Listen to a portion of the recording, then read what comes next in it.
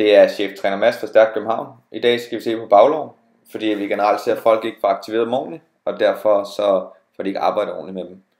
Vi ser på superset, som er sindssygt god til aktivering, og man kan virkelig mærke det bagefter og dagen efter. Den første øvelse, det er lying leg curls, hvor man hele tiden kører en fuld repetition og en halv repetition. Som man ser her, laver man altså en fuld ekstendering og en halv ekstendering.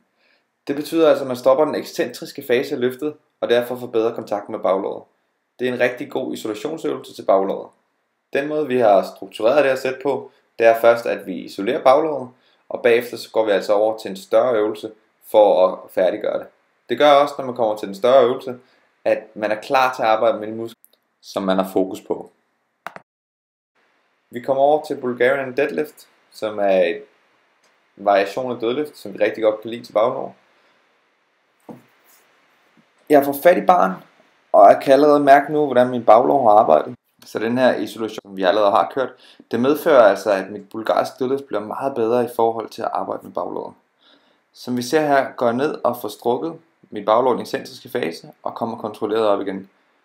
Mentalt tænker jeg hele tiden på, at det er altså baglåret, jeg vil have til at vokse. Det er baglåret, jeg vil arbejde med. Så det er altså det, der er fokus på. Start ud med en moderat vægt, så der hele tiden er fokus på den muskelgruppe, du gerne vil arbejde med. Vi ved, det virker. Det her det er rigtig god træning til baglåret.